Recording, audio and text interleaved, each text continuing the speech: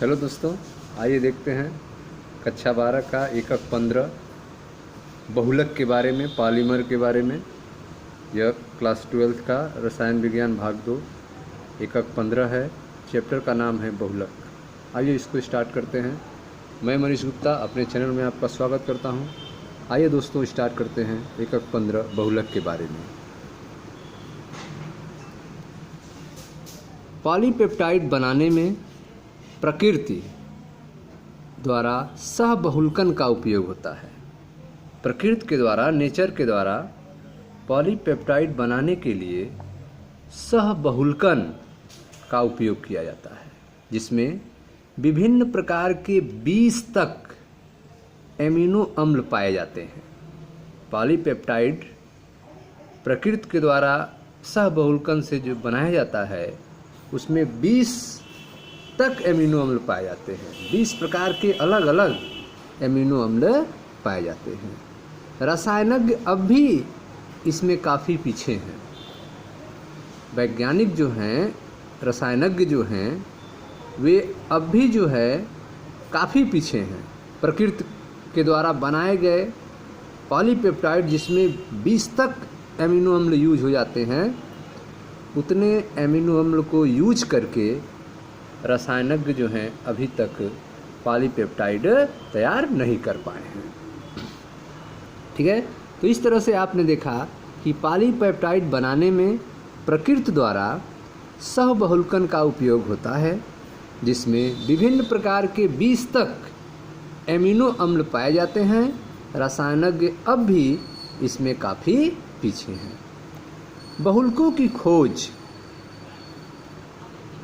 की खोज और उनके विभिन्न अनुप्रयोगों के बिना क्या आप सोच सकते हैं कि दैनिक जीवन आसान और रंगीन हो पाता?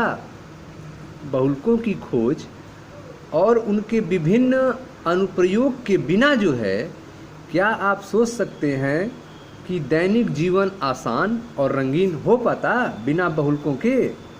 क्योंकि बहुलकों का उपयोग जो है प्लास्टिक की बाल्टियों, कपों, तस्तरियों, बच्चों के खिलौनों, पैकेज में प्रयुक्त होने वाले थैलों, संश्लेषित वस्त्र सामग्रियों, स्वचालित वाहनों के टायरों, गियरों और सीलों, विद्युत रोधी पदार्थों एवं मशीन के कल पुर्जों के औद्योगिक निर्माण ने दैनिक जीवन और साथ ही औद्योगिक जगत में संपूर्ण क्रांति ला दी है। ठीक है स्टूडेंट्स, तो आप देख रहे हैं कि बहुलकों की खोज और उनके विभिन्न अनुप्रयोग के बिना क्या आप सोच सकते हैं कि दैनिक जीवन आसान और रंगीन हो पाता? ठीक है, तो दैनिक जीवन जो है बिना बहुलकों के आसान और रंगीन नहीं हो पाता, क्योंकि इनके द्वारा ही हमें उपयोग में लाने वाले प्लास्टिक की बाल्टियाँ, कप, तस्तरी, बच्चों के खिलौने, पैकेज में प्रयुक्त होने वाले थैलों, संश्लेषित वस्त्र सामग्रियाँ, इन सारी चीज़ों का उपयोग हम कलरफुल चीज़ों के रूप में करते हैं, जो हमारे जीवन को काफ़ी आसान बना दिया है। दैनिक जीवन के साथ साथ औद्योगिक जगत में भी संपूर्ण क्रांति ला दी है। वस्तुतः बहुलक 4 मुख्य उद्योगों जैसे प्लास्टिक, प्रत्यास्थ बहुलकों, रेशों और प्रलेपों व वार्निशों के लिए मुख्य आधार हैं, बेस हैं। बहुलक जो हैं वह 4 मुख्य उद्योगों जैसे कि प्लास्टिक, प्रत्यास्थ बहुलकों, रेशों और प्रलेपों, पेंट्स व वार्निशों के लिए मुख्य आधार हैं। बहुलक शब्द जो है, बहुलक अर्थात पॉलीमर, इंग्लिश में पॉलीमर कहा जाता है। बहुलक शब्द की उत्पत्ति 2 ग्रीक शब्दों पाली अर्थात अनेक और मर अर्थात इकाई अथवा भाग से हुई है। पॉलीमर शब्द जो है, बहुलक शब्द जो है ग्रीक शब्द है।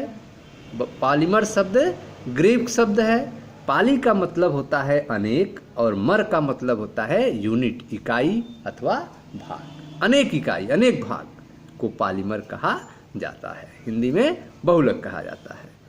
बहुलकों के बहुत बृहद अणु की तरह परिभाषित किया जा सकता है। बहुलकों के बहुत बृहद अणु की तरह परिभाषित किया जा सकता है, जिनका द्रव्यमान अति उच्च होता है। बहुलकों के बहुत बृहद अणु की तरह परिभाषित किया जा सकता है, जिनका द्रव्यमान अति उच्च 10⁻³ से लेकर 10⁻⁷ U तक होता है। इन्हें बृहद अणु भी कहा जाता है। इन्हें बृहद अणु भी कहा जाता है, जो कि पुनरावृत्त संरचनात्मक इकाइयों के बृहद पैमाने पर जुड़ने से बनते हैं। ठीक है, ये जो बृहद अणु हैं वे पुनरावृत्त संरचनात्मक इकाइयों के बृहद पैमाने पर, बड़े पैमाने पर जुड़ने से बनते हैं। पुनरावृत्त संरचनात्मक इकाइयाँ, पुनरावृत्त संरचनात्मक इकाइयाँ कुछ सरल और क्रियाशील अणुओं से प्राप्त होती हैं, जो एकलक कहलाती हैं। पुनरावृत्त संरचनात्मक इकाइयाँ जो हैं कुछ सरल और क्रियाशील अणुओं से प्राप्त होती हैं, जिन्हें एकलक कहा जाता है, मोनोमर कहा जाता है। यह इकाइयाँ एक दूसरे के साथ सहसंयोजक बंधों द्वारा जुड़ी होती हैं। यह जो एकलक हैं, मोनोमर्स हैं, एक दूसरे के साथ सहसंयोजक बंधों द्वारा जुड़ी होती हैं। बहुलकों के संबंधित एकलकों से विरचन के प्रक्रम को बहुलकन कहते हैं। बहुलकों के संबंधित एकलकों से विरचन, बहुलकों के संबंधित एकलकों से विरचन के प्रक्रम को बहुलकन कहा जाता है। ठीक है, उदाहरण देखते हैं। एथीन का पॉलीथीन में रूपांतरण, एथीन का पॉलीथीन में रूपांतरण और हेक्सामेथिलीन डाइअमीन तथा एडपिक अम्ल की अन्योन्य क्रिया से नायलॉन 6,6 का बनना दो विभिन्न प्रकार के बहुलकन अभिक्रिया के उदाहरण हैं। बहुलकन अभिक्रिया के उदाहरण के रूप में आप देख रहे हैं एथीन का पॉलीथीन में रूपांतरण और हेक्सामेथिलीन डाइअमीन तथा एडपिक अम्ल की अन्योन्य क्रिया से नायलॉन 6,6 का बनना जो है बहुलकन अभिक्रिया का उदाहरण है। आप देख सकते हैं यह आपका एथीन है, CH2 डबल बंध CH2 का यन अणु आपस में बहुलकन करते हैं। यह इनकी पुनरावृत्त इकाई है, रिपीटिंग यूनिट्स हैं। यह बार बार आपस में जुड़कर पॉलीथीन बहुलक बनाते हैं। इसी तरह से हेक्सामेथिलीन डाइअमीन के यन अणु यन NH2 CH2 6NH2 हेक्सामेथिलीन डाइअमीन और एडपिक अम्ल यन SOOC CH2 4COOH एडपिक अम्ल का आपस में बहुलकन होता है, जिससे आपको नायलॉन 6,6 प्राप्त होता है।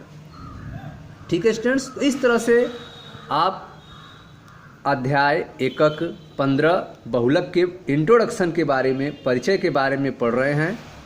इस चैप्टर के पढ़ने का उद्देश्य जो हमारा है वह यह है कि इस एकक के अध्ययन के बाद आप परिभाषित शब्दों अर्थात एकलक, बहुलक और बहुलकन को समझा सकेंगे, उनके महत्व को समझेंगे, बहुलकों की विभिन्न श्रेणियों के बीच अंतर कर सकेंगे तथा विभिन्न प्रकार के बहुलकन प्रक्रम में अंतर समझेंगे। एकल तथा द्विक्रियात्मक एकलक अणुओं से बहुलक के बनने के महत्व को समझेंगे, कुछ संश्लिष्ट बहुलकों के विरचन और गुणों का वर्णन कर सकेंगे और लास्ट में दैनिक जीवन में बहुलक के महत्व को समझ सकेंगे। ठीक है, इन सारी चीज़ों को इस चैप्टर में आपको बताया जाएगा। तो हमने आपको सबसे पहले बहुलक चैप्टर के इंट्रोडक्शन के बारे में बताया। मिलते हैं नेक्स्ट वीडियो में, जहां इसकी पहली टॉपिक बहुलकों का वर्गीकरण पढ़ा जाएगा। मैं मनीष गुप्ता अपने चैनल में आपका स्वागत करता हूं।